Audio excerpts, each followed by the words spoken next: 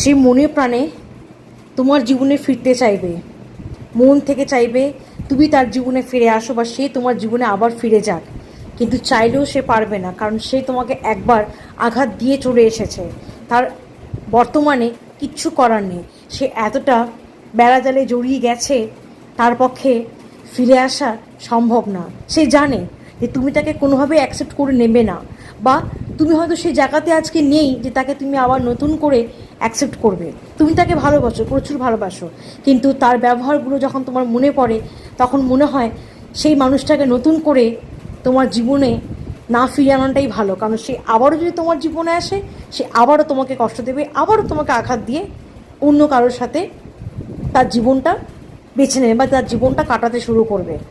কাজেই একটা সময় ওই মানুষ তোমাকে প্রচুর কষ্ট দিয়েছে, প্রচুর তোমাকে যন্ত্রণা দিয়েছে, তুমি অনেক তোর পেয়েছো। সেই মানুষটাও কিন্তু বর্তমানে কিন্তু তোর পেয়ে চলেছে, প্রচুর তর পাচ্ছে, কিন্তু হাজার সে তর পাক, হাজার সে যাই কিছু হয়ে যাক, সে তোমার কাছে ফিরতে চাইলেও ফিরতে পারবে না।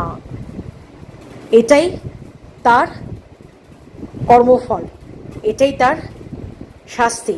কারণ সে তোমাকে একদিন অন্যায়ভাবে, অকারণে মানসিক আঘাত দিয়ে বেরিয়ে চলে গিয়েছিল। সেদিন সত্যি তোমার কোনো দোষ ছিল না, কোনো অন্যায় ছিল না, কোনো ভুল তুমি করনি, তারপরেও কিন্তু সেই জায়গাটা তোমাকে সে দেয়নি। কাজেই সে তোমাকে মন থেকে চাইলেও সে শুধু তোর পেয়ে যাবে, কিন্তু কোনো দিন তোমাকে সে স্পর্শ করতে পারবে না।